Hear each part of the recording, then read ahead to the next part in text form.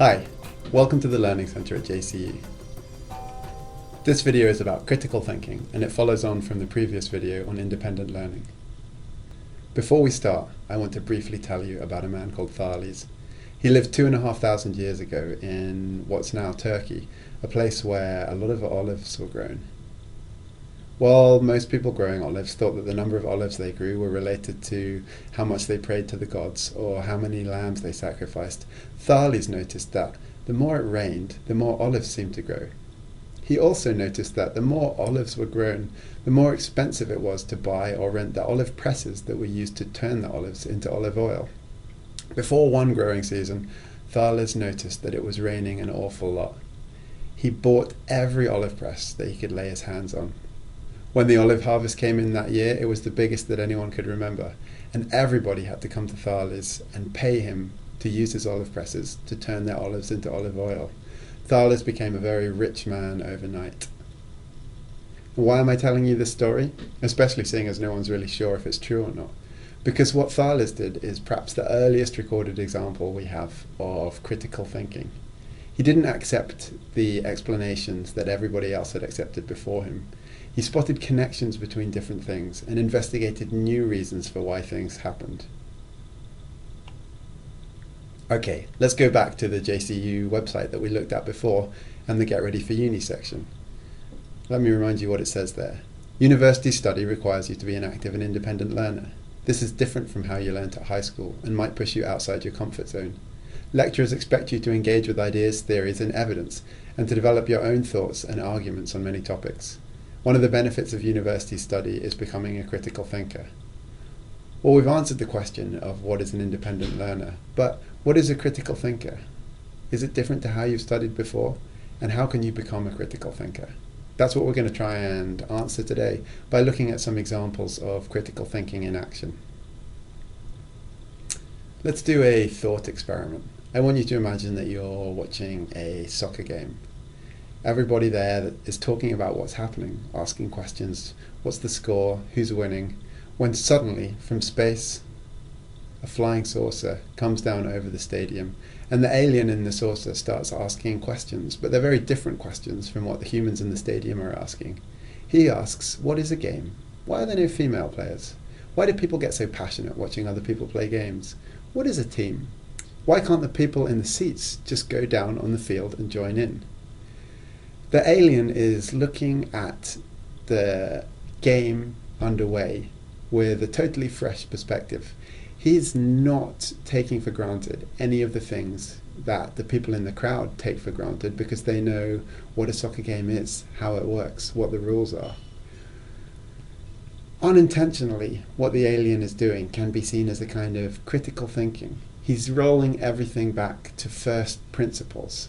He's asking questions about the underlying ideas that we have to just accept if we want to play soccer. Now, this is obviously a pretty annoying thing if you just want to enjoy a soccer game, but in another context, it's a really useful and appropriate way to think. And university is one of those contexts where critical thinking is really useful. So, what is critical thinking? Well, we can describe it in a few ways. Critical thinking is thinking which seeks to explore ideas. It's testing and questioning everything.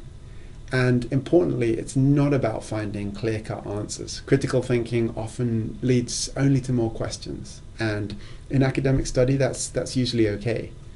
How do we go about critical thinking? Is there a method that we can use if we want to think critically? Not exactly, but there are definitely some useful things to bear in mind. If you want to develop your critical thinking, you need to develop certain kinds of skills. Let's look at 4 of those. Number 1, interpreting, understanding the significance of data and clarifying its meaning. Number 2, analyzing, breaking down the information that you've interpreted and recombining it in different ways. Number 3, evaluating, judging the worth, the credibility or the strength of accounts. How solid do you think this information is? How well supported is it? And finally, reasoning, creating your own argument based on your interpretation, analysis and evaluation, and through a series of logical steps. Okay, let's try to have a look at these ideas in action. Let's return to our soccer match, and there's a guy there thinking to himself, sports are the nadir of social development. They usually involve simple things like running, throwing, and catching. Intelligent people prefer more complex things and are usually too busy to play sports. Next to him is a woman who's thinking, sports are the apogee of social development. They help you make friends and teach you to work in a team. If you play sport, your body gets stronger. If you watch sport, you feel happier. Two opposing views, both quite convincingly put. Let's try and apply our 4 steps of critical thinking to these views. So our first step was interpretation, understanding what's being said. Now, when I read these, the first question that comes to my mind is, what on earth does nadir mean? What the hell is an apogee? If I'm going to interpret and think critically about what these people are saying, I have to understand all the parts of it. So I go to my dictionary or on the internet and I look up nadir and find that it means a low point. I look up apogee and find that it means a high point. Now this happens all the time. Different disciplines within the academic world have highly specialized vocabulary. Sometimes new words or words that we use every day are given a special twist or purpose. So don't worry if you come across words you don't understand. It happens to everybody who's studying all the time. Just make sure that you look them up and fully understand them before you start your thinking. Next is analyze. Let's try and break down what they're saying. So the guy is saying sports involve simple things. Intelligent people like complex things. Therefore, intelligent people don't play sports. If we look through his words, that's the logical pattern that's behind them. Intelligent people like complicated things. Sports are simple. Therefore, intelligent people don't like sports. How about the woman? Let's try and analyze what she's saying. She's listing all these benefits from sports. They help you make friends. They teach you to work in a team. They make your body stronger. They make you happier.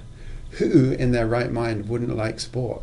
Who wouldn't want to have a stronger body, to feel happy, to learn how to work in a team, to make friends? Therefore, who wouldn't like sports? Only an idiot. Intelligent people want all of those things, so intelligent people like sports. Next up is evaluate. Let's try and evaluate what these people are saying. How convincing do we think it is? Well, you can probably tell from my accent that I'm English. I live in Australia and I still don't understand the rules of cricket. So I think it's not true to say that all sports are simple. Even in sports like soccer that I guess superficially appear to be less complex, there's a huge amount of tactics going on that people who understand the sport well can appreciate. So although his argument seems convincing, when we evaluate the steps of it, we can see that there are some flaws in what he's saying. How about what the woman's saying? Let's try and evaluate that. Sports can help you make friends. That's true, but they're not the only way they can help you make friends. They teach you to work in a team. Again, that's probably true some of the time, although there's a lot of rivalries within sports teams, and it's certainly not the only way to learn teamwork. If you play sport, your body gets stronger. It can do, but you could also pick up a debilitating injury. If you watch sport, you feel happier. Well, that's certainly not true if you support the same soccer team I support. So again, we have an argument that superficially seems quite convincing, but when we evaluate the steps of it, we realize that it's not compelling. You could be an intelligent person and get all those benefits from sports elsewhere. It doesn't mean that you have to like sport. Final step is to reason. Here I have to really hand it over to you. What do you think? Which of these views do you agree with? Can you make a more convincing argument for it than these people have made? Which of the views do you disagree with? Can you find more flaws with it than I've found? This is reasoning. Okay, I hope that these examples have shed some light for you on the process of critical thinking. Obviously, you'll be applying it in a different context, and it depends what you're studying, the context that you'll be applying it to. But it's universally a useful tool, whatever you're studying here at JCU. I'd like to finish again with a little time for reflection. Remember that reflection is one of those key skills for an independent learner, and it's like a capstone on anything you do. If you take 5 or 10 minutes to reflect at the end of it, it will massively increase the benefit you get out of what you've done. So here are 3 reflective questions on critical thinking. I'd like you to think about, how would you explain critical thinking in your own words to someone else? Remember, in your own words, not the way that I've explained it. Number 2, why is critical thinking useful to someone studying at university? What benefits do you think thinking critically will bring you in the course of your studies? And finally, how would you help someone improve their critical thinking skills? If someone is asking you to give them some tips on increasing their critical thinking, what activities or exercises can you think of that would help them to do that? Okay, thanks again for watching. Best of luck with your studies, and I'll see you soon. Bye.